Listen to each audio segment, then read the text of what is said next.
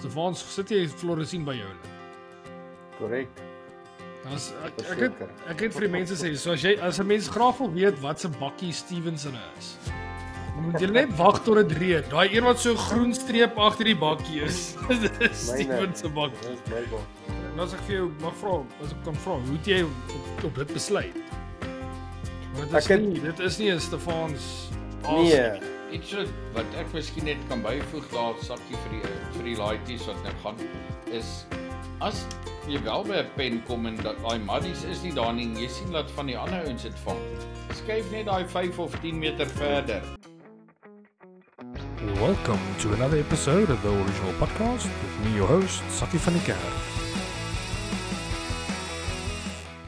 Alright, welkom terug by nog 'n episode van the Original Podcast. Ons het vanaand vir julle weer 'n lekker propvolle episode. Ek dink ons is nou weer 'n bietjie terug na normaal toe. Ons het die laaste paar weke 'n paar nuwe movers gehad en bietjie internetprobleme gehad en klomp struggles gehad, maar ek dink vanaand is weer een van daai easy episodes. En ons het 'n lekker onderwerp waar ons wil gesels, ons 'n bietjie Bloemhof aanvat. Ons weet daar's nou 'n klomp hengel wat vir die volgende paar weke of maande selfs in Bloemhof gaan plaasvind. So ek dink ons gaan hom 'n bietjie analiseer en kyk wat kan mense daar doen om jou kans net 'n bietjie te verbeter om goed te doen. Maar voordat ons verder gaan, Dad, welkom by die Original Podcast weer. Dankie Sak. Dankie. Ek is gegeer. Die mense sê van, maar jy drink baie whisky. Ek sê ja, 1 keer 'n week drink ek 'n glas whisky. So dit is die res hoef hulle nie van te weet nie. Hoe nou? Is baie whisky in 1 glas nou. Is so. Maar is daar 'n vol ys ook. Maar so ja. Hulle sê van, "Jesus, maar as hulle sien drink ek whisky." Ja, ek sê ja, as hulle my sien is ons op die podcast. Ek het wat se naams. Ek het nou die laaste week het ek 'n klomp van daai shorts, TikTok shorts of Facebook shorts en goed gepost. Maar met dit toe ek nou geëdit het ek die spoed 'n bietjie ge-increase. Ek het dit so gedraai na so 150 toe, laat ons net, want baie keer gesels ons so stadig. Mense praat net, maar jy praat rustig. En 'n mens dit raak stadig. So toe draai ek dit net so 'n bietjie op. Toe kom met een van die ouens daar vir ons sê vir ons ja, het ons 'n bietjie gummies of ietsie daar nie in die whisky, laat ons nie miskien so vinnig praat. So nee, die whisky is nog steeds normaal, dis maar net ek het dit so 'n bietjie geëdit. Maar ja, ons gas vir vanaand is 'n bekende gesig op die podcast. Stefans, welkom terug by die Original Podcast. Dankie Sakkie, lekker om weer terug te wees. Dankie om Barry. Vir enig van die nuwe luisteraars wat nou nog nie vir Steven Nel ken nie, Stefans is een van die ouens wat vir ons in ons span hengel. Ons het hom nou maar vanaand op die episode gekry, het na die onlangs die magte toernooi daar in Bloemhof hengel en hy het regtig goed gedoen. So hy het vars kennis vir ons as om Bloemhof, hy weet min of meer wat nou daar aangaan. Obviously het hy met klomp mense gesels na die magte toernooi en tydens die magte toernooi en klomp inligting gekry. En ek dink ons gaan vandag al daai goed met julle deel. So dit is definitief inligting wat julle kan gebruik. En as julle wil weet van Stefan se history en hengel, sy Protea klere en al daai goed, kan julle gaan kyk na sy heel eerste episode. Dit was seker so jaar en 'n half terug. Ek weet nie eers hoe lank terug dit is nie, dit is al amper 2 jaar, so dis donkie jare terug. Steven was al 'n paar keer op die episode, so dit was vir ons maar net 'n lekker maklik om hom te kry om op die podcast te wees. So Stefan, ja, dankie. Ek dink dit gaan lekker wees. Dankie. Net gou voordat ons verder gaan. Ons het so 2 weke terug het ons gesê dat ons gaan vir die members 'n pakkie stuur. Toe is julle in die Kaap en toe dinge nou maar 'n bietjie besig geraak, julle nou weer terugkom het. So ek dink ons moet hierdie week maar net 'n bietjie kyk of ons plan kan maak. So vir enig van die members wat al 'n jaar deel is van die membership, ek dink ons is 5. Ek is in kontak met 2 van julle, wat ek al e-mails mee gestuur het, so ek het julle besonderhede. Maar vir enig van die members wat as julle kan sien hulle is al 'n jaar deel, stuur dit vir 'n lekker e-posadres. Die e-posadres is onder in die description of julle kan dit op die webwerf gaan kry. Die webwerf www.originalpodcast.co.za. Julle kan gaan kyk, die e-mail is daar, julle kan net vir my e-mail stuur met julle besonderhede, dan kan ons by julle 'n bietjie 'n pakkie uitkry. Wat op pas het, ek so 'n paar ietsie wil sê. Ja, ek is aangespreek, ek moet minder sê. Nie so wees. Steven, ek is die laaste 2 weke het Lia my uitgehaal en toe verlede week toe al Sakkie my uit. Hy sê, "Hier pa, ek probeer praat, maar pa praat so dat daar's nie kans nie." So nou het ek maar 'n wag voor my mond vir hierdie week. Ek sal seker so oor 2 weke weer normaal wees, maar op die stadium sê ek maar Stil In en die teruggeknokke. dagbox. In die dagbox. Sakkie julle moet maar net laat weet, dan stuur ons die goed.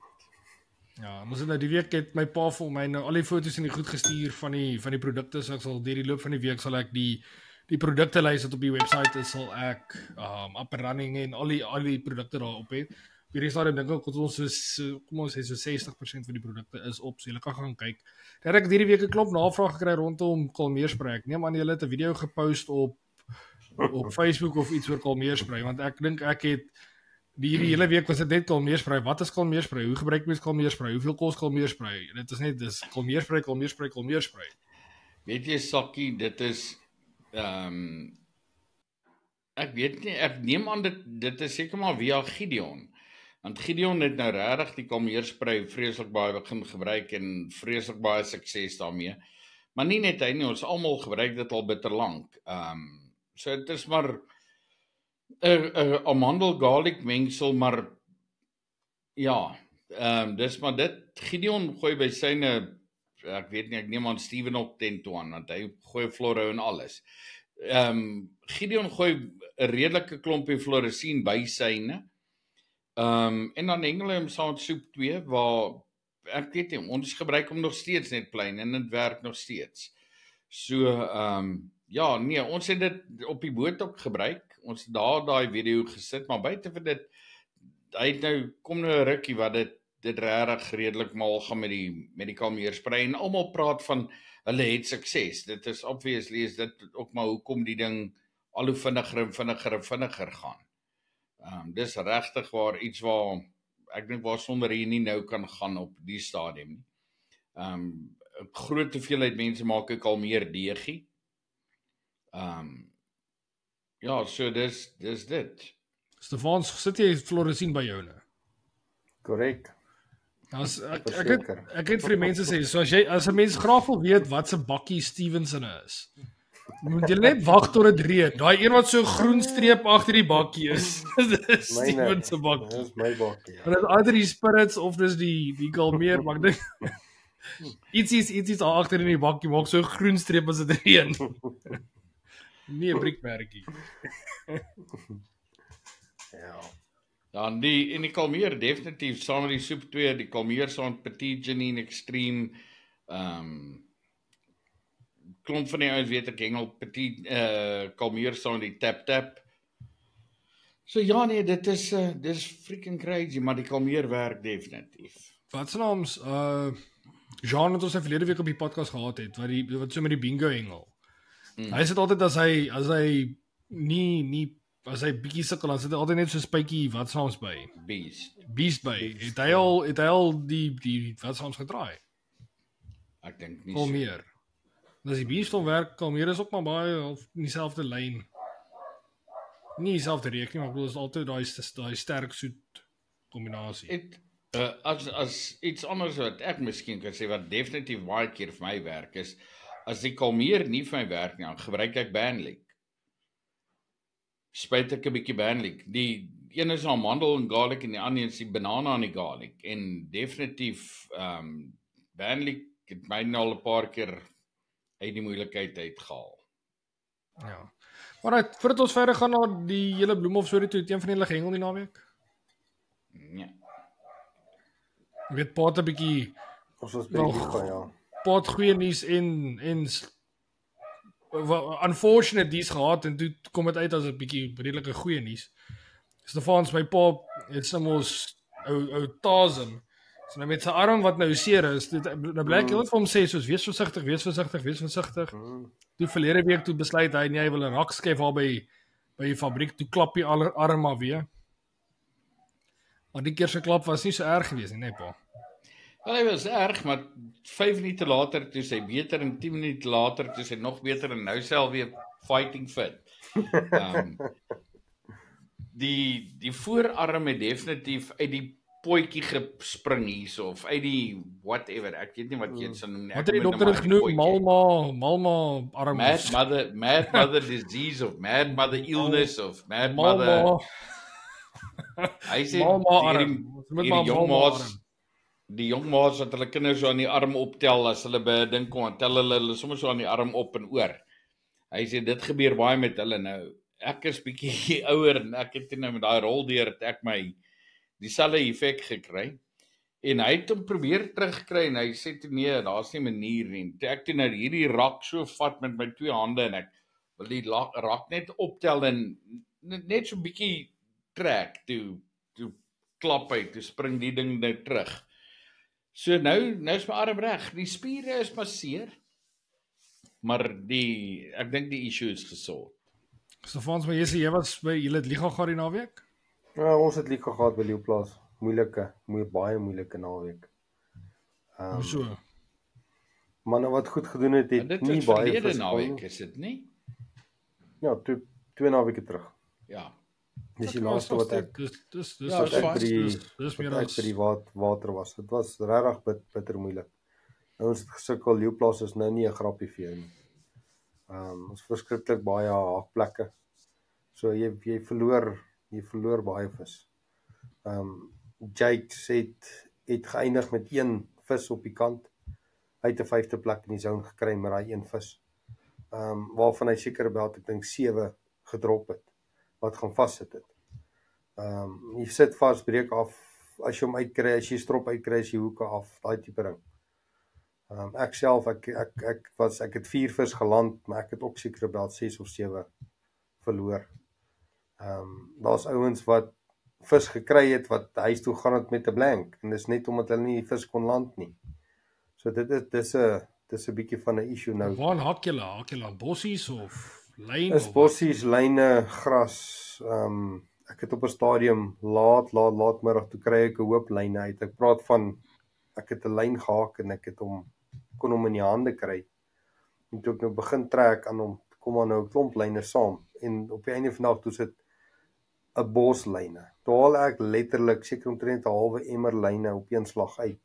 Met al die stroppe wat ek deur die dag gebreek het en Jake se goeders tussenin en ek kon nou maar bietjie half Devil's Advocate speel. Was dit 10 pond lyn of was dit dun lyn? 10 pond lyn wat ek kon uitkry. Ja. 10 pond en nog dikker. Ek 10 pond en nog dikker lyn.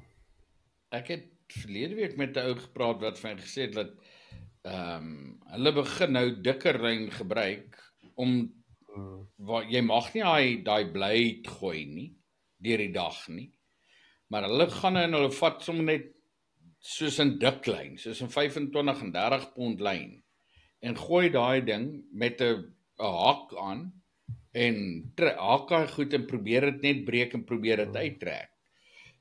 Toe die ou van gesê dat hulle dit 2 keer gehad waar hulle daai dik lyn het en dan haak hulle na hierdie ander lyne, dan kom hy volgende keer breek die dik lyn. So dis 'n probleem. Maar hy het dit voorspel. Ek het nog altyd gesê hy dun lyn verweer vinniger. Jy kry hom later gebreek en wat ook al, maar hierdie dik lyn en die ander probleem met die dik lyn is ook dat ek het gedink hy sou maklik gaan lê het onder op die grond. Maar as hy oor 'n bossie is dan span hy nou 'n toutjie en dan haak jy in hom en so hou dit aan. Ek koop net nie hierdie ding snowball nou in 'n lelike ding nie, want ek bedoel ons is nou so ver in dit in. Omdraai kan mense nie teruggaan nie. So ek koop hom maar net vir die beste. Ek hoop nou nie dit gaan Nee, as jy nou gaan try met 5 pond halfies gaan jy gaan nêrens kom nie. Nee, jy het nog 'n kans met die 10 pond. Maar ek het gehoor hulle sê daar is rumors. Kyk, ons het nou maar al die jare met die dun lyn gehengel. Toe het hulle nou oorgeslaan na die 10 pond lyn toe. Nou met die laat die haakplek so erg begin raak, het hulle gesê dat oor omtrent 5 jaar behoort ons gooi nette te kan gebruik. Ek het gesien hierdie ding kom. Ja, ek het die build-up so gesien. Ek het die build-up so gesien kom. Ek het gedink my pa gemeer gaan oor anger toue, maar toe gaan my pa se stryd gooi net toe. Ek weet nie, die ouens gaan weer sê ja, maar ons kan gaan sleep en die kant en daai kant, maar mense wil ook nie in die situasie wees waar mense dit elke seisoen moet doen nie. Jy kan die ding is sakkie, dis goed en wel om te sê jy gaan sleep. Maar aan die einde van die dag, daai sleepwerk tel ook net 'n klompie goed op. Daar bly nog steeds agter en daai sleepery het jy nog steeds daai pen wat ons nou gebruik het, daai roller met die penne aan. Daai roller maak weer goed onder los en dit is waar se bly 'n mission totdat die bossies en die goed als gevrot het, behoorlik gevrot het, laat daar nie bossies is nie. Gaan jy 'n krisis hê. En is dit net nou by Leeuplaas of is dit maar op meeste van die oewers? Ja, Meeste daar van- is nie 'n oewer op Valna wat jy nie haak nie. Behalwe Dis daai nou maar- plekke wat dis nou maar regtig fyn. sand het, waar jy net sand is en was en Of wat jy baie pressure kry nie? nee, ja, daar's nie plekke en die plekke wat oop is, almal kry pressure en almal hakkie maar vas. En die hartseer ding is vir my sakkie, die mense, baie van die mense bring 'n vis in of katrol in of wat ook al, hak vas, draai om, breek die lyn af. Hulle doen nie 'n bietjie moeite nie. As jy 'n bietjie moeite doen en jy het 'n wader aan of nie 'n wader aan nie, maar jy gaan en jy loop tot op jou maksimum wat jy kan en laat jy die lyn net bietjie lig, dan en jy loop stadig, loop regtig stadig, laat sak jou stok, draai die lyn om jou stok en sit hom bo op jou vinger, bo op jou duim se naal. En dan loop jy net stadig terug. Dan gaan jy op die stadium kom waar jy daai goed begin uitkry. En dan sit jy so Steven sê met 'n halwe emmer vol lyn en stroppe en goed. En dis ongelukkig wat 'n mens moet doen, maar nou weet ons dat 90% van die ouens is nie eens bereid om tot by hulle knie te loop nie, never mind tot by hulle enkels of enigiets anders. Ek dink dit is ek stem saam met wat Paul sê, maar ek dink dit is beter om al staan jy op die kant of al loop jy tot by jou knie in, al doen net 'n bietjie moeite op daai diepte. Is dit klaar soveel beter as om dit net te gaan en te breek. En daai metode wat Pa nou gesê het van jy moet die lyn om die stok te doen. Wil Pa nie dit net vir my 'n bietjie mooier verduidelik nie, want ek dink daar's 'n klomp ouens by die huis wat dit kan nie jy doen. fast forward. Ek kan vast. Sit net die bietjie vinniger. Okay, wat jy doen is jy vat die lyn hier so tussen jou katrol en die agterste oogie van jou. Vat jy daai lyn, gee hom so 'n bietjie spasie en dan draai hom om die stok. Jy sal sien dan van die oogie se kant af loop hy wye draaie totdat hy by jou katrol is. En die by jou katrol sê nou 2 of 3 keer sommer so om hom. Dan sit jy net jou naal daar as 'n stopper. Laat daai lyn styf op jou naal druk. Moet hom nie op jou vinger sit nie want hy gaan jou sny. Ja, so sit hom op die naal. Bo op jou naal en draai en loop regtig stadig terug. Jy moet dit nie in sekondes kan doen nie, dit moet jou 'n minuut vat. Jy loop bietjie terug en die volgende keer voel jy doepas hy los. Die oomblik as jy voel hy's los, dan haal jy vinnig jou vingere uit daai ding uit.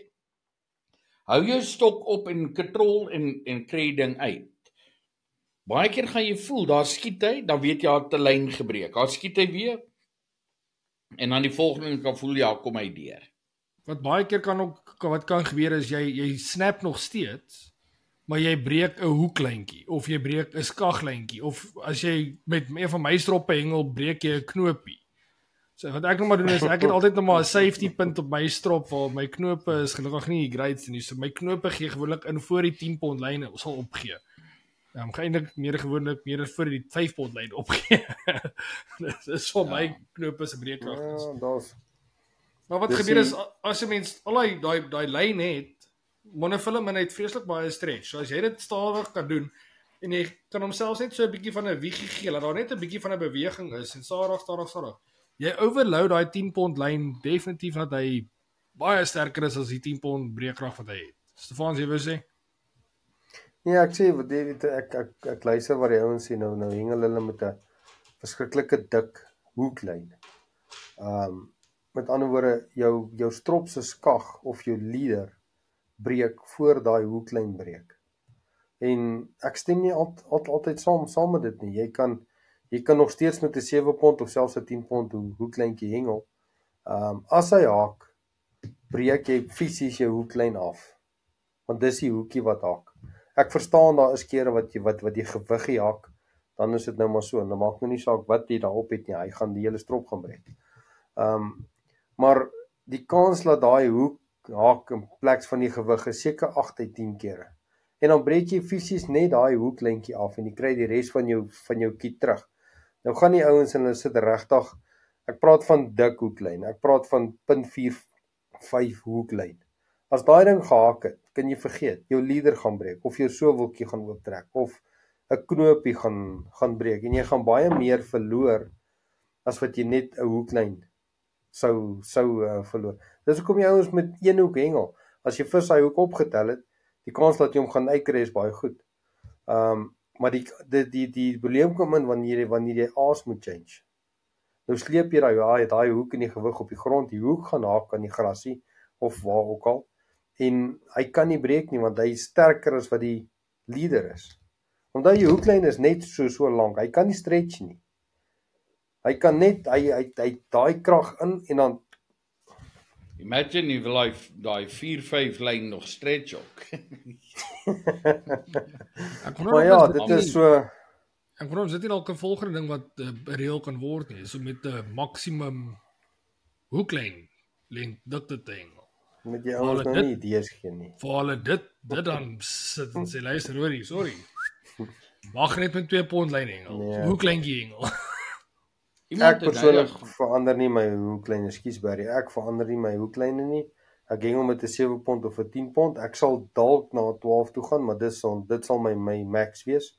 Maar ek weet van ouens wat met 'n 18 en 'n 20 pond hoeklyntjie hengel. Juis oor hy wil nie hê die ding moet breek nie, maar wat gaan dan breek? Ja. Jy hoor wat ek sê, so dis sommer net my mening. Iemand het nou die dag met my gepraat, toe redeneer ons bietjie, toe sê die ou van dat hy is van mening, dit sou vir georganiseerde hengel baie beter gewees het, om te gesê het, hoor hierso, ons hengel met 0.22 lyn, sonder 'n leader. Ja, okay. Nee? Dan gaan jy nog steeds beperk word op jou gooi distansie, en definitief gaan jy minder haakplekke veroorsaak as gevolg van dit, want daai lyn gaan maklik breek. En jy hengel nader, omdat jy nader hengel, beteken dit dat jy kan moontlik tot daar loop, in baie meer gevalle gaan jy tot daar kan loop, en bring alles net, maak alles kleiner, plek van maak alles dikker. Wat is hoeveel pond is 0.22? Dis so oor die 7. Ja. 7 pond, 7,5, 8 pond. 7 pond lyn sonder 'n leader. Sakkie, ons het dit vir jare gedoen. Ja maar, Die tyd toe ons light tackle en medium tackle gehengel het, vir baie lank was die light tackle moes jy hengel 0.22 en jy was nie toegelate leader nie. Toe sê hulle later, okay, 2.2 maar met 'n leader en beperk die lengte van die leader, né?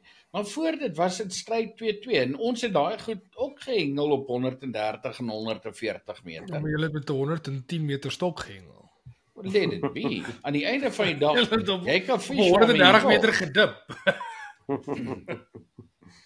Nee, jy is heeltemal reg, ons daai tyd met 16 voet veselglas stokke gehengel. Maar ek bedoel, ek het 'n 16 voet veselglas stok met 'n bol 6 wat 'n P3 gewig is, 45 gram gewig. Met 'n bol het ek gegooi. Ja, so dit was nie is so, want alles het verander. Maar dis wat die gesprek toe nou oor gaan. Is dit nie beter om eerder terug te gaan soen toe as om swaarder te gaan nie? Ja, mens sal nooit weet nie, maar ons is nou waar ons kan dit nie verander nie, en ons het nou gesê, meeste van die mense is happy, ons hoop nou dit word nie 'n groter issue met tyd nie. Maar kom ons spring na dit paar nog laaste ding wat Paul sê. Dis baie goed vir besigheid, die mense verkoop gewigte laat die bissies bewe. So shop, gewiggies by die sy, gewiggies by die sy. Alright, Stefans, Bloemhof, kom ons gesels 'n bietjie daaroor. Julle die magtoernooi na die laaste so rukkie terug gehad. Hoe het dit gegaan daar? Waar het julle gehengel? Ons sal net gou, ek net vir die mense sê, ek moet hierdie week met een van die met 'n persoon gesels wat ek graag op die podcast wil kry wat ook by die magtoernooi was. Ons wil sy opinie ook hoor. bietjie van iemand anders se point of view af kry, maar terwyl ons nou vir Stefans hier is, sal ek eers met hom daaroor gesels. So Stefans, sê vir my, waar was julle? Hoe het dit gegaan? Wat? Ons was Bloemhof gewees, dit was die magte toernooi. Ons het hom gehengel in die sloep. Baie lekker toernooi. Was nie maklik nie, jy het dit nie op 'n skinkbord gekry nie, jy moes net maar 'n bietjie werk vir jou vis. Maar ja, overall daar was nie regtig groot issues gewees nie. Ek het nie so baie vasgesit daar soos by Valnam nie, wat dit lekker gemaak het. En ja, ek was bevoorreg ek het 4de overall geëindig. Ek dink ons was 4 ouens wat geëindig het met dieselfde punt op die einde van die dag. Die wenner het geëindig op 30 punte, tweede plek het 29 gehad en dan was ons 4 ouens met 28. So ja, dit was baie aangenaam geweest. Ons praat van die magte toernooi. Wat is die magte toernooi? Vir die ouens by die huis wat nou nie vir die magte toernooi ken nie. Dis die Safhof spanne, die gewone Safhof A, Safhof B spanne, senior meesters, veterane. Hulle was almal betrokke en dan wat die magte inkom is die polisie, die weermag en die gevangenes met hulle spanne. So in ons afdeling was daar 9 spanne van 12. Dis 'n klompie ouens. Gee vir jou wat? Dit gee jou wat 9 mal 12, 108 mense, ja. En dan die reserves wat ruil. Op die einde van die dag is daar 118 mense wat dan hengelkans kry. En dan het hulle hom gesplit in 'n A-afdeling en 'n B-afdeling. So die polisie het 'n A-span gehad, hulle het 'n B-span gehad. Ek is nie seker hoeveel spanne was daar in die B-afdeling nie, maar hulle was ook 'n hele klompie gewees. So ja, daar was En hoeveel dae officiële? Fish 3 dae. Ons het 2 dae geoefen en dan ons het die Saterdag, Sondag geoefen en dan het jy Maandag, Dinsdag, Woensdag het jy gehengel. Dis regtig so 'n klein mini SA is dit, hè? Dis basies soos 'n mini SA. Al wat ek het eers gedink gaan nie lekker werk nie, maar dit het by einde van die dag goed gewerk. Wat hulle gedoen het, hulle die zones in 'n subsone ingedeel. So jy het 9 ouens in die zone en dan het jy 2 subzones. Hulle het van 1 tot 5 gehad en dan van 6 tot 9. En dan het hulle natuurlik 'n manier gehad om daai unequal number terug te werk. Uit te sort, ja. Dit was pen nommer 5. Ons maar net terug. Pen nommer 5, een in die middel. Hy het teruggewerk na die eerste 4 penne toe. En dit maak dit, ek is eerlik as ek vir sê, ek was eers teen dit, want toe ek nou actually op die oewer staan en ek besef, maak dit eintlik meer regverdig. Omrede Bloemhof se oewer het baie draadjies en punte en gaatjies. So ons in die ek was eers dag in die F-zone, ek was op F7 gewees, ek was op pen 7. Ek kon pen 6 sien, ek kon pen 5 net sien. Van daar af kon ek glad nie die res van die mense eers sien nie. Hulle is agter 'n draai. En almal van ons weet, die sloep is baie spotty. So dit maak dit moeilik partykeer vir die boonste 4 penne om teen die onderste 4 penne te kompeteer. En dan word dit 'n pentrek kompetisie. Dit gaan nie meer oor die hengel as sulk nie. So die subzone het nogal op 'n vandag was ek actually bly hulle het dit toe in subzones ingedeel. So hulle die subzone gebruik om jou 'n punt te gee in die sone. Korrek, ja. Okay. Korrek. Met ander woorde, elke sone het basies 2 wenners gehad. Ja. Maar so het hulle jou dan 5 punte gegee of het hulle vir jou gesê een kry 10 en een kry 9? Een kry 10 en die ander wenner het ook 10. Omdat dit in 'n spanverband was, het hulle jou nie van daarop gerank nie. So as jy gewen het, het jy 10 punte gekry. Ongeag van wat 'n subzone jy. Ou wat laaste is kry 5. Korrek. Ja. Of 6. 6. Jy het minder gekry. Daar was 8. Kyk, dit is 5 penne. Dis 5 penne met 2 mense op 'n pen. Hy het 3 gekry. Ja. Ja, 8 ouens maksimum, 8 ouens plus dan die een wat terugwerk. Okay. So die wenner het 10 gekry, tweede plek 9 en so gaan jy nou maar af. Tot onder. Okay. En dan het hulle daai punte, dis in 'n spanverband en almal se punte bymekaar getel en dan dis waaroor dit gaan. En so die eerste dag sit jy met 12 ouens wat dieselfde punt het.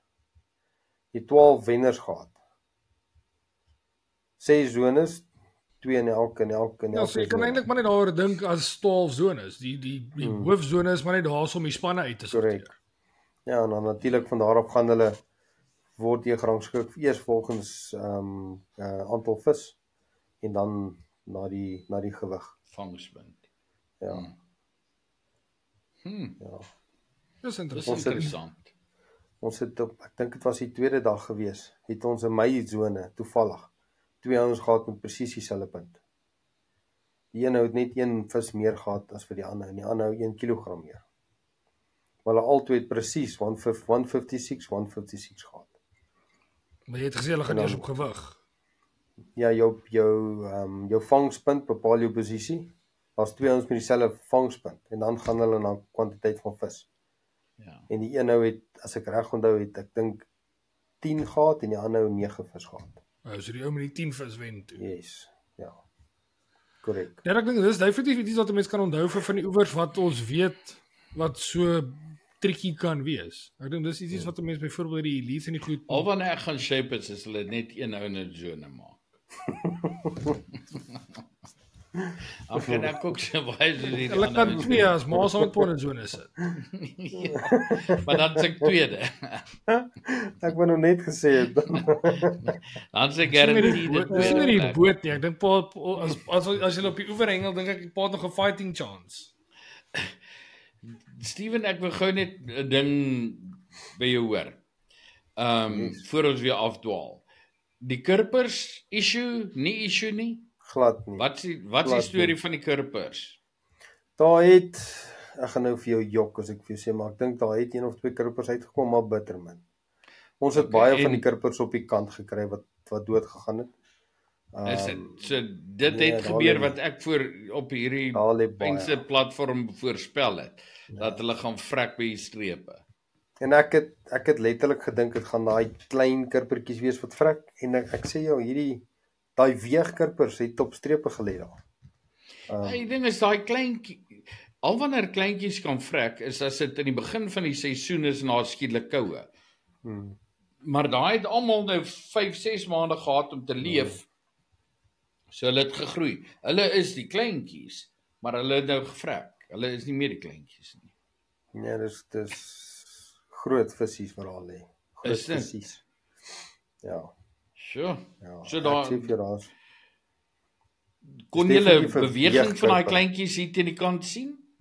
Nie soos wat ons gesien het ons by die SA's was nie. Nee. Maar daar is van hulle, maar dis 1 of 2 wat regtig en ons het ek dink die tweede oefendag het ek en my penmaat soos op so 'n sandbank geoefen waar die water letterlik net so diep, jy het binne in daai water gestaan en laat die middag, daai water was natuurlik warm en toe het ons gesien hulle kom in, maar dan praat ek van dis 4 of 5 wat jy sien daar so 3 of 4 of 5 wat so saam swem. Maar hulle lê klomp eiers.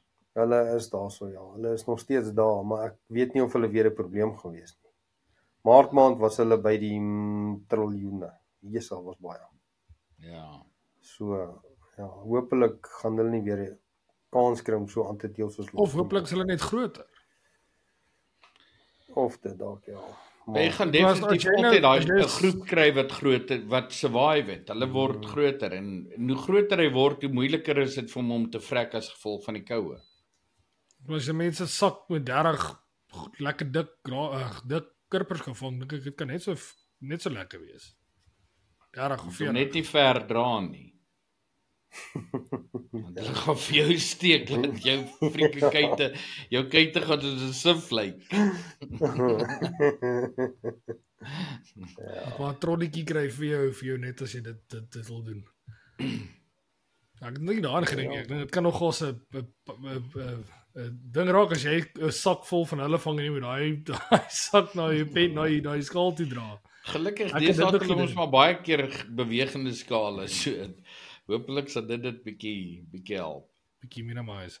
Okay, maar Stefans, jy sê jy het minder vasgehak as in Volda, maar hoe het dit gegaan? Vis gewys, hoeveel vis het jy gekry? Ek het oor die 3 dae 49 vis geweeg vir 66 kilos.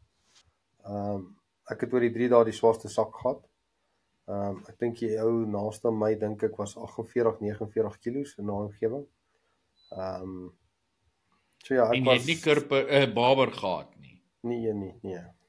Nee, die ouens het gegaan vir die babers. Die babers was baie stop. Ek het in 5 dae wat ek al was, het ek die laaste dag het een van die ouens se baber in my sone gevang van net oor die 5 kilos. Dis die enigste baber wat ek gesien het op daai oewer.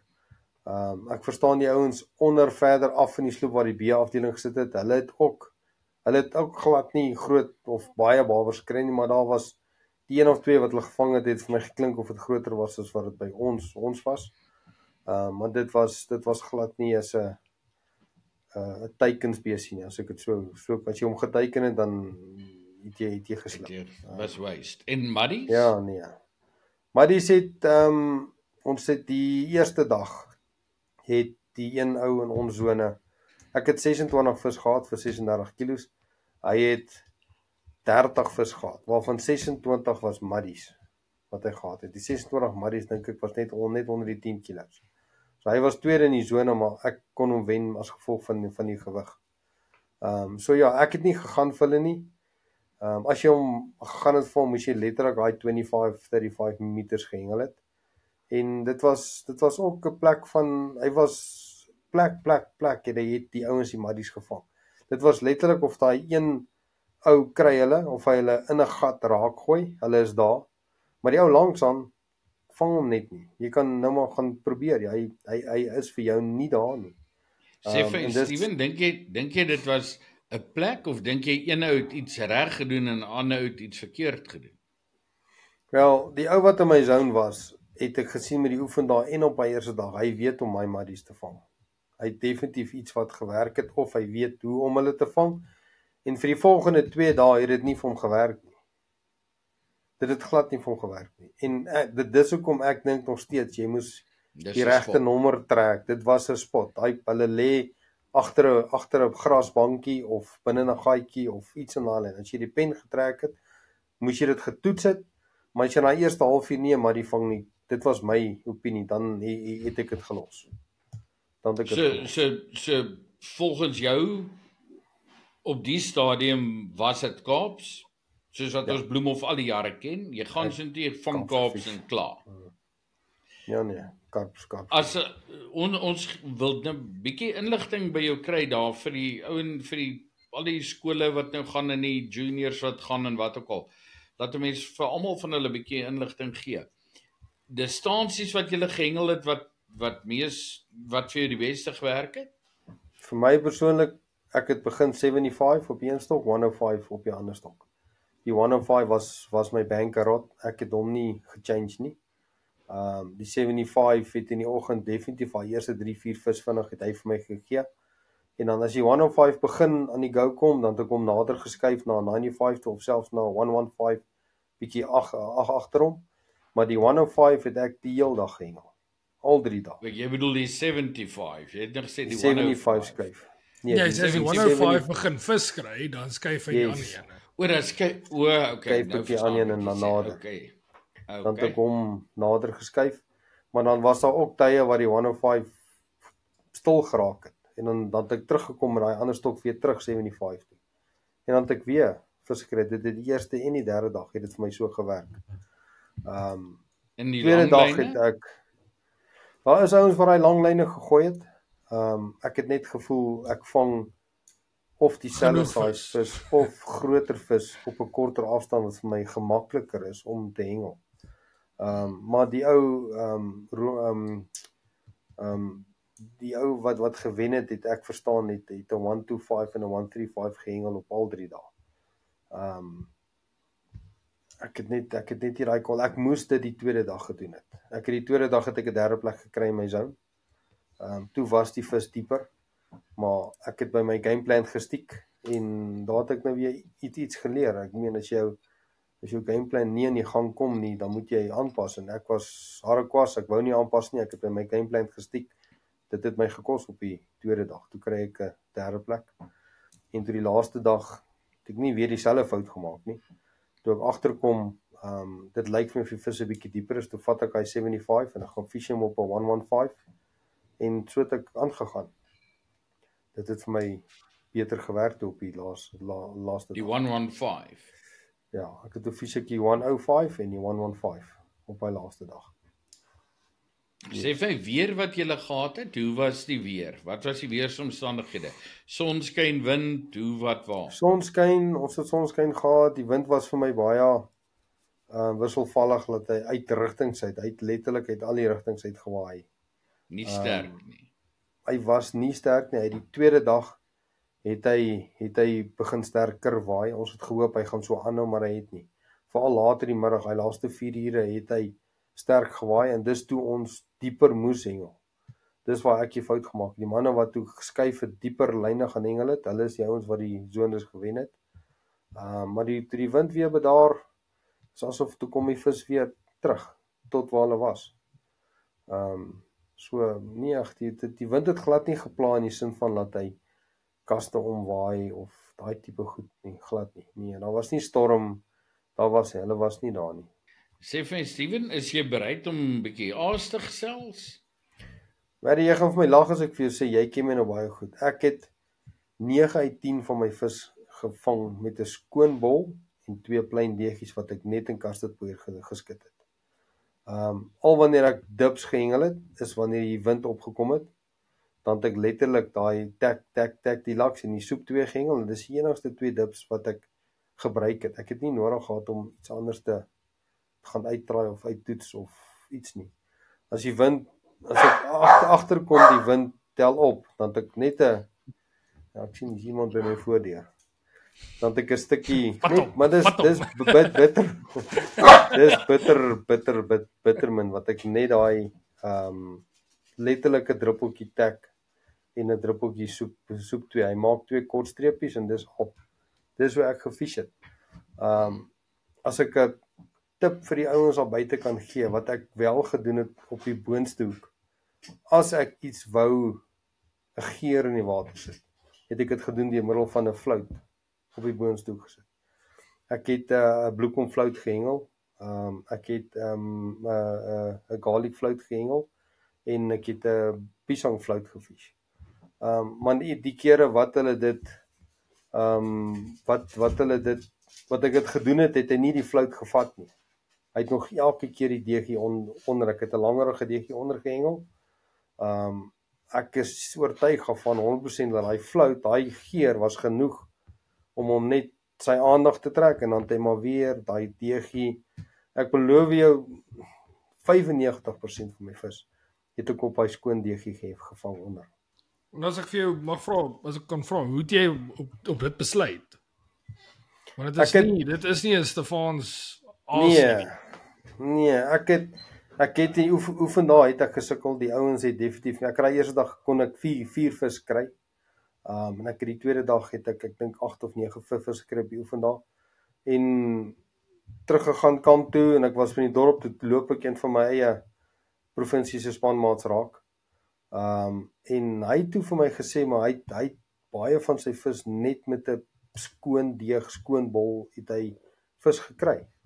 En toe het ek gedog, ek het niks om te verloor, en die volgende dag begin die eerste dag al reeds, ek meen die oefendae is verby, maar dit wat ek op die oefendae gaan toets het nie vir my gewerk teenoor, ek weet, jy kyk maar wat om jou aangaan, en dit was vir my duidelik, dat ek nie eens naaste by shape nie, en niks gehad om te verloor nie, ek het aangekom, ek het die heel eerste stok, toe het ek net 2 deegies, 'n skoon bol, skit hom in kas, het ek hom gegooi, hy stok het nie 15 minute gelê nie, toe byt hy.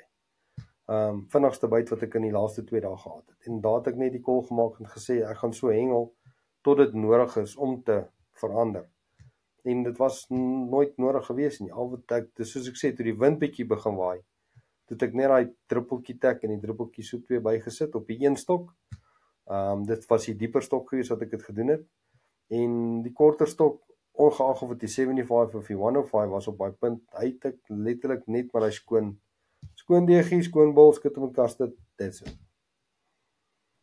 Dis hoe ek gefish het vir al 3 dae. Ja, sakkies vir besigheidsdoeleindes dink ek jy moet die maar uitsny. Ja, ek sal dit vir die members, ek sal dit vir die members gee. Ek sal dit vir die members uitsny. Sê gou vir my Dera, het Paul met Dwayne gesels toe hy daar was?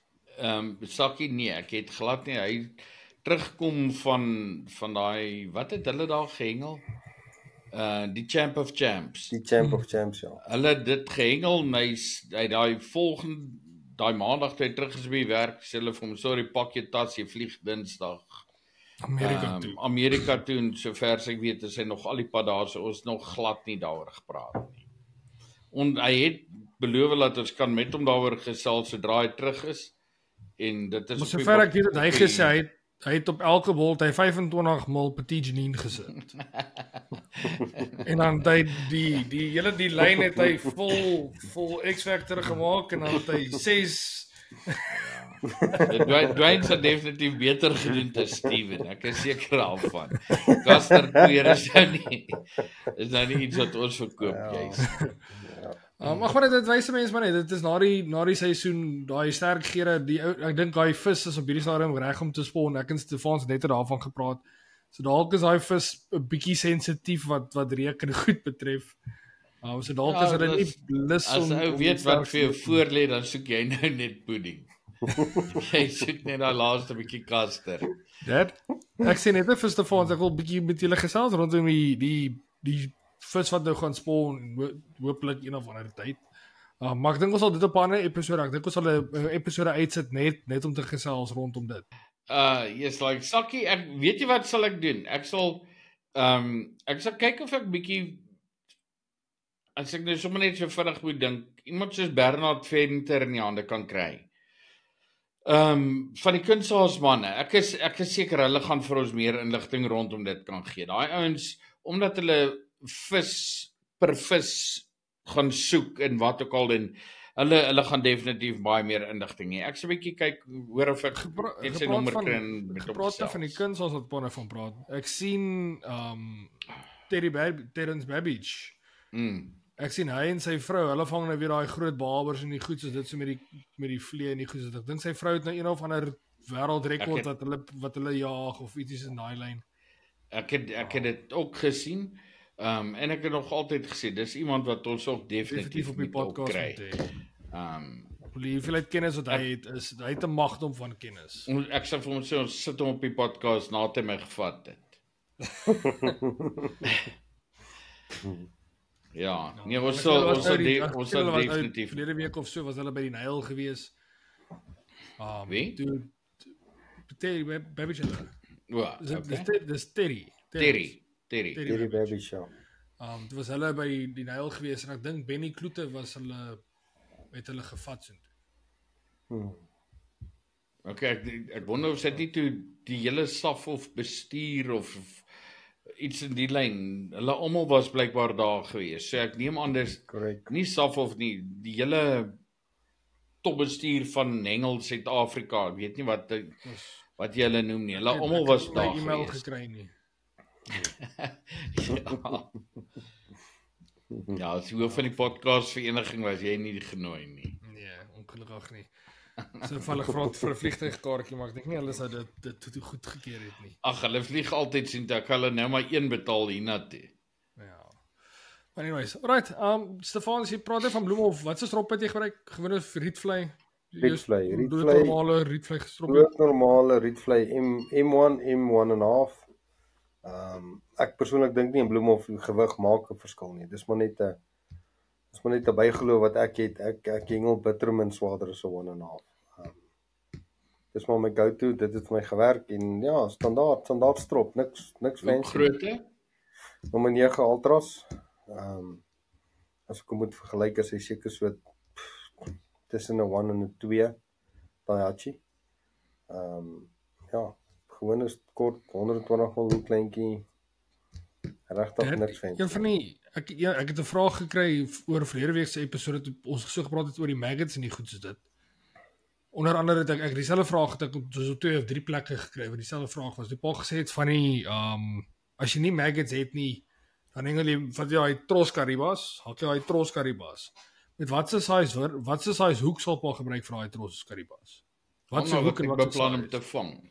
vir barbers? Ek het ons het gesê dat as jy snore, maar ons het gepraat oor maggots vir snore nie. Ag, die mure, sorry, mure. As jy nie mure het vir die snore en die goed nie, wat doen jy?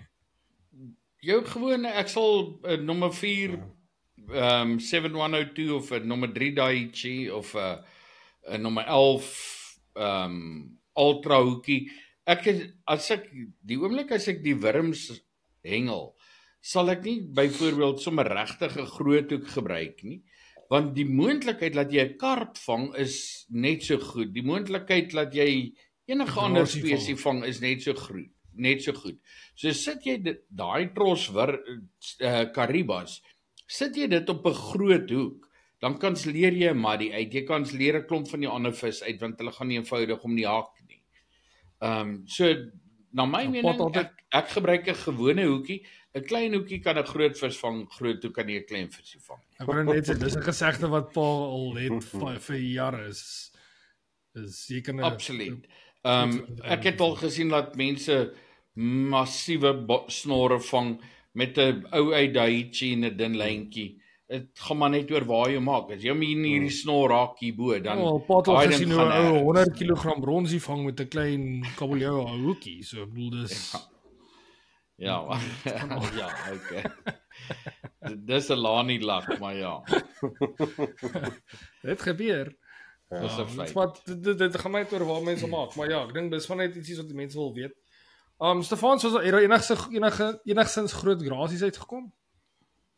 Nee. Just like that, ek sien die grasies in Valdam is op hierdie stadium vol dik is uit. Ja, en grootbek geelis. Ek sien al kom 'n paar, ek het 'n paar dik grootbek geelis gesien wat nou onlangs uitgekom het. Dit gebeur ook, maar dis nou nie dat jy gaan sit en vang 3 op 'n dag nie. Dit is die ouens vang met daai een daar wat ook al. Maar ja, daar kom definitief groot geelis uit en daar kom definitief groot grasies uit. Daai areas soos daar by Rivera en daai plekke wat 'n erkende grasie wêreld is, daar weet ek is ouens wat groot sakke kry. Maar ja, dit is maar beperk tot spesifieke areas. Ek kan nie glo julle het nog nie met die boot gegaan om baie goed te gaan target nie. Sakkie, weet jy waar kom die ding in, na my persoonlike mening? As jy daai groot grasies wil gaan teiken, moet jy ook op die boot sit? Nee, glad nie. As jy groot grasies, na my mening, as die tye wat ons hulle daar by Rivera, die ouens hulle so vang, is daai vroeë oggende wat die wind sterk waai na jou toe, daai rowwe water, dieselfde as wat die ouens doen met die barbers en die goed. Dis die regte kondisies. En om dan uit in daai rowwe water in te gaan met 'n boot en te gaan lê met jou gat in die wind in, want dis wat jy wil doen, jy wil daai wind van voor af hê.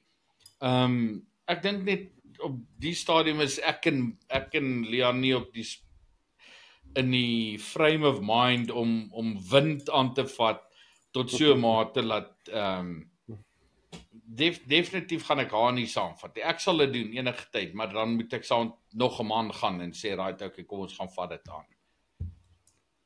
Ja. Ek dink nou dan, ek het net vir Stefan gesê, wanneer ons het hom baie lank terug op die podcast gehad. Ons het hom eintlik net 2 weke terug op die podcast gehad. Hy was 2 weke terug en hy vir so 18 minute op die podcast het hy 'n bietjie boot gery. Ja, met die ankers. Stefans daai kant toe. Weet jy waar is Lawaai draai?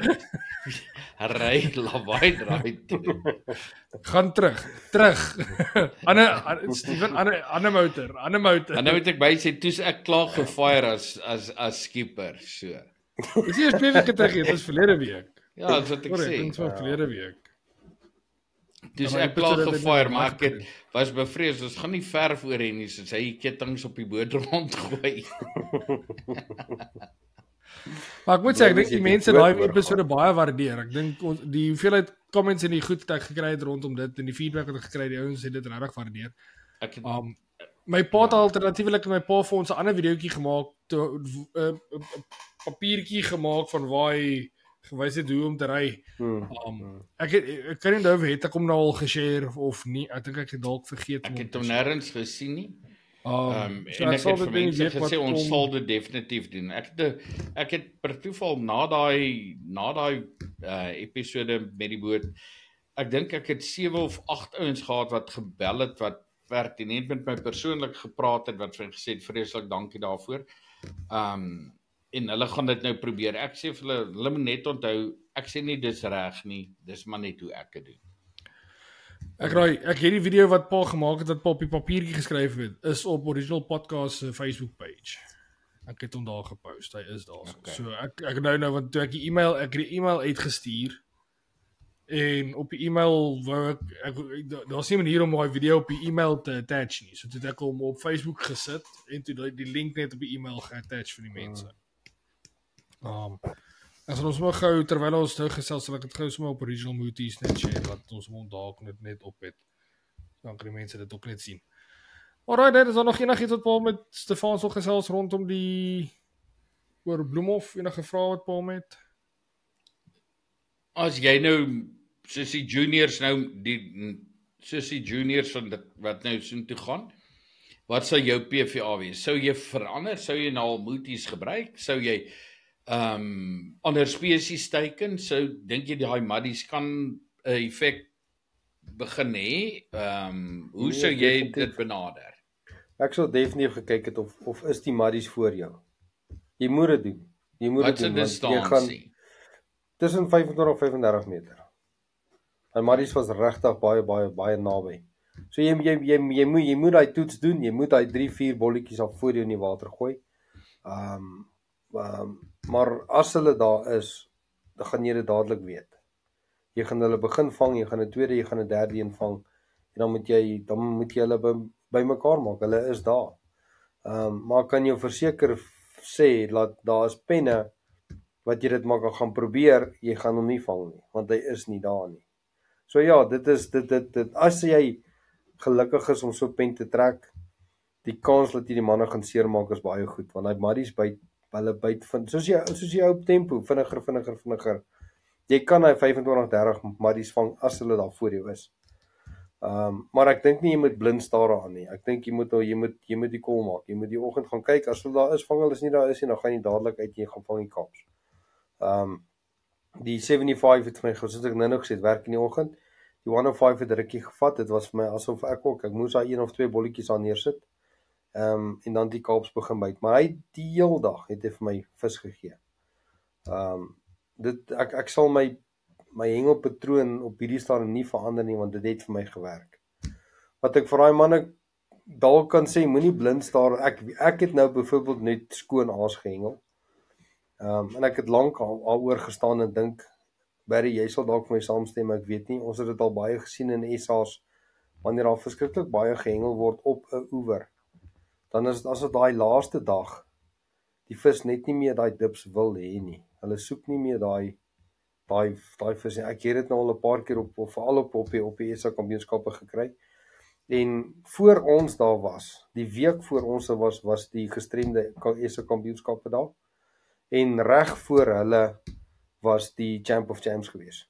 So daai vis het vir 2 weke het hulle allerhande combos en dips en voer en goed in die water gekry. En dalk was ons op daai tyd wat die vis net nie meer hy goed wou gehad het nie. Dis hoekom ek die vis met die en dis nie net ek nie, daar was baie mense wat meer sukses met 'n skoon aasie gehad het as om met 'n dip te gaan probeer. So daar was nou 'n lang tydperk of nie lang tyd, maar die Bloemhof Bonanza was nou onlangs daar. So hulle moet dit in gedagte hou, maar ek sal ook nie my combos waarmee ek vertroud is heeltemal gaan bære nie. Dit help nie jy gooi daai skoon aasie en jy gooi hom en jy kry nie vis nie en jy verwag jy gaan dit vis kry want ons het nou so gesê. So ek sal nog steeds my combos gooi as dit nie vir my werk nie. Ek dink nie dis belangrik om aan te pas. Ek moes dit nou doen. ek is nie 'n ou wat normaalweg skoon hengel nie, maar dit het vir my gewerk en ek het daarbey gestiek. So dis 'n goeie start. Die inligting wat jy altyd kry is 'n goeie start. Maar jy moet aanpas. Jy moet nie daarby staar veral as jy nie vis vir vis kry nie. So ja. Iets wat ek miskien net kan byvoeg daar sakkie vir die laaitjies wat nou gaan is as jy wel by 'n pen kom en daai muddies is nie daar nie en jy sien dat van die ander ouens dit vang. Skuif net daai 5 of 10 meter verder. Baie keer is dit net 'n kwessie van jy het 'n vlak 'n sandpunt voor jou of 'n sandbank voor jou en jy moet net agter hom hengel. Dis die groot ding. Jy wil net agter hom. Ek het nie een keer gekry dat die vis net voor hom is. Jy soek daai plekkie daar waar uit daai drop off maak. Dis waar jy hom kry. So dis maar 10 meter regs. Ja, 10 meter reg, vang dit daar voor hom. Gooi 'n paar 5 meter verder of 10 meter regs. Jy kan choose. Dan 'n ander ding wat ek definitief vir mense wil noem is as jy daai muddies wil teiken, hulle byt vinnig of hulle byt nie. Daai ding van jy gaan 10 of 15 minute wag vir 'n byt werk nie. Jy gaan dadelik sien jy kry 'n byt en jy kry 'n byt en dan word hulle vinniger en as hulle weggaan, dan gaan jy daai 5 meter verder of kom 5 meter nader, daai tipe ding. Ons het daai episode met Werner Libbe gehad waar hy gesê het dat die muddies kom altyd nader in die middag. So definitief, maar as jy sien daar's baie keer jy hengel op daai kol. En dan kom nou net daai 1 of 2 babers daar deur en hulle skatter hulle net. So skuif net 'n paar meter verder, 'n paar meter nader en sodra jy sien hulle is weer daar, dan gaan jy weer aan. Ek wil net gou voordat ons klaar maak. Ek dink nou aan 'n ding wat ek wil gou sê voordat ons nou klaar maak. Obviously is daar nou 'n klomp laities wat of jonges wat na Bloemhof toe gaan. En hulle ouers sal tentoon die podcast nou saam met ons luister. Die pad Bloemhof toe, jy of nee, hoe lyk die pad op hierdie stadium? Daar's 'n is daar nog 'n bietjie pad vir nee, ek het nie. Ek het daai agterste pad gery. Die Hoopstadpad het ek gery en dit was 'n absolute nagmerrie. Van Vredefort af was dit nag gewees. Maar in alle geval ons was verby op pad Kimberley toe en wat 'n nagmerrie. Dit was 'n regtig ware onaangename stuk pad om te ry. Al die pad van Vredefort af.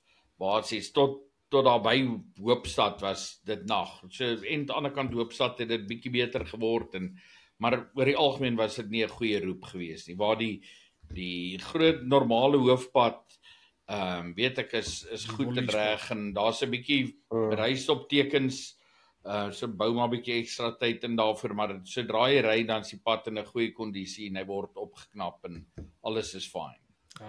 Wees maar net op julle hoede vir spoedkameras. Dis een van daai plekke waar maak nie saak hoeveel hengelaars Bloemhof toe ry nie, daar's altyd 1 of 2 wat 'n koevertjie in die pos gaan kry. Gelukkig pos hulle dit nie meer nie. Ja. Hier by ons bestaan pos nie meer nie. Hoe kry julle dit nou? Kry julle e-mail? E-pos. Kry jy 'n nuwe e-pos vir hulle? Ek kry e-pos. Maar dis totaal en al vreemd vir my om te dink dat dit nie werk nie, maar dis maar as die mense so lank aan die kant is dan vergeet mense goed. Ek het hierdie week 'n koevert oopgemaak en dit is net omdat die bank vir my 'n kaart gestuur het en ek moes hom gaan afhaal en dit is in 'n koevert. Buite van dit kry jy nie meer koeverte nie. Ek dink die koevertmakers is toe. Koeverte word gesteel. Nou het julle nie meer 'n posbus nie, hè? Nee, jare nie meer nie. Nee, jare nie meer. Nee, is geweet nie. Ja, nee, posbus 1588 Boksburg. Ek weet nie wie sins dit nou nie, maar dit is nie meer myne nie. Al jare nie meer. Seker 10 jaar nie meer nie. Het julle daarop gaan kyk wat was die pos voor hulle hom toegemaak het of julle nee. maar dit gesê nie gesien nie. Jy kan nie daar ingaan nie. Dis eenvoudig op die stadium daar waar ons posbus is. jy kan nie daaraan gaan nie. Bietjie dangerous. Jebel. Nee, jy bly weg daar. Dit is sorry. No go. Nuwe Dis 'n no-go. Suid-Afrika. Gassies al. Ja. Alright, julle, baie dankie Stefan. Dit was net lekker gewees met jou 'n bietjie te gesels. Verlede week nou jou video geëdit, maar was lekker 'n bietjie met jou te kan gesels. Eers lekker ek gaan nie lieg nie, maar my gat hier kom by Bloemhof uit te kom. Dink definitief met my volgende tripie sal ons dit maar moet reël dat dit in 'n hengel window is dat ons 'n bietjie kan ordentlike hengel doen in Suid-Afrika. So hopelik volgende jaar sal ons 'n bietjie plan maak daarvoor. Ek sê vir my pa, ek weet nie of hy hiernatoe gaan kom of ons soontoe gaan kom nie, maar dit klink vir my asof my pa klaar besluit het dat ons moet maar kom kuier. So al die paar rand wat die podcast maak, alles gaan net so basically vir vliegtuigkaartjies op hierdie stadium. Ons het so 'n klein rekening daarso wat ons daar sematig opbou vir vliegtuigkaartjies. Ek het vir Sakkie gesê ek is heeltemal bereid om soontoe te gaan as hulle weens Kan ja, ek wou sê familieredes nie hiernatoe kan vlieg nie. Ek wil daarom sien hoe die 'n nuweling lyk whenever that happens. Dis nie dat daar nou iets op die pad is nie. Hy en sy vrou albei is besig om te bietjie ekstra te leer en bietjie wat ook al. Maar hopelik na die studies dan gebeur daar so iets en dan sal ek definitief gaan en dan is dit ook net hallo kleintjie, ek bedoel babietjie, ek bedoel nou nie kleintjie nie. Hallo kleinkind en dan is ons boel toe. Dan as dit 'n seentjie is, wat ons die seentjie saam. As dit 'n dogtertjie is, dan sal Leon kleintjie met die dogtertjie jol. Ja. Ons het in die week ons by die werkaar gesels en sê ons gaan nou eendag tyd moet ons nou maar weer 'n bietjie verlof insit om te gaan kyk wat gaan daar aan. Hulle het nou verlede 2 weke terug het hulle ene gevang van 42 kilos. Ja. My god, 42 kilos. So hulle dink dis op hierdie stadium die grootste een. Daar was ene wat blykbaar aan die 50 geraak het. Hulle sê maar hulle het hom baie lank terug gesien. So hulle sê hulle neem aan hy's gedooi. Ja, maar die ding is hoekom het hulle nie die vis gekry? Hy gaan nie met 50 kilos gaan hy nie dryf nie. So, wow, maar jy lê onder en daai ander vreet jou op en dis net maar so. Alright, julle, ek dink die tyd het ons gevang. Volgende week sal ons weer vir julle 'n lekker episode hê. Ons het 'n paar gaste wat ons opgelaai het, wat ons in die pipeline het. Dis maar net ons net die datums finaliseer en net seker maak dat ons kry almal gedoen. Maar ons het 'n klompie idees wat ons wil doen, 'n klomp mense wat ons wil mee gesels. So Stefans, vir dankie vir jou moeite. Dankie dat ons jou op jou knop kon druk. Toe ons gedink het oor Bloemhof het ons geweet ons moet met jou gesels. So dit was lekker dat jy ingestem het. Kon help. Ek lag as jy rustig by die huis. Jy kan nie vroeg gaan slaap nie want jy moet wag vir jou seun van die beste matriekafskeid. So. By die matriekafskeid kom so Stefan sit in elk geval gesels met mense so. Steven sê hy tel hom môreoggend op pad werk toe op. Ja, klink na goeie aand. Net nog baie dankie sê vir alpas om toe ook pad 'n bietjie rondgery om goed daar by om uit te kry so vanaand laas lekker vinnig. Gelukkig is hy nie vreeslik ver nie. Maar ek wil baie dankie sê en dankie dat ek 'n bietjie kans kon kry om vandag te praat. Ja. Dis reg. Alright, dan wil ek vir julle by die huis sê baie dankie dat julle geluister het tot nou toe. Onthou gaan kyk, gaan loer 'n bietjie daar op die webwerf www.originalpodcast.co.za. Al die inligting is daar, so ek dink ek moet een of ander tyd gaan ek vir ons 'n bietjie meer inligting van ons upcoming guests en goed sal ek daar opsit. Maar dis 'n webwerf wat ek so sal uitbou met tyd. Maar daar's 'n klomp dinge wat agter die skerms gebeur, so klomp werk wat agter die skerms aangaan. So hou hierdie space dop. Een van die dae sal ons bietjie vir julle 'n bietjie nuwe nuus hê. Maar dit is klomp harde werk wat eers gedoen moet word voordat ons daar uitkom. So ons sien julle volgende week, selfde tyd, selfde plek. Hier is nou episode 90. As ek dit nie mis het nie. 90 of 89. Ek dink ons is nou episode 90. So ek dink ons is nou 10 episodes weg. So ek is dit raak al hoe nader. So sien julle volgende week, selfde tyd, selfde plek, 12:00 Woensdag. Cheers.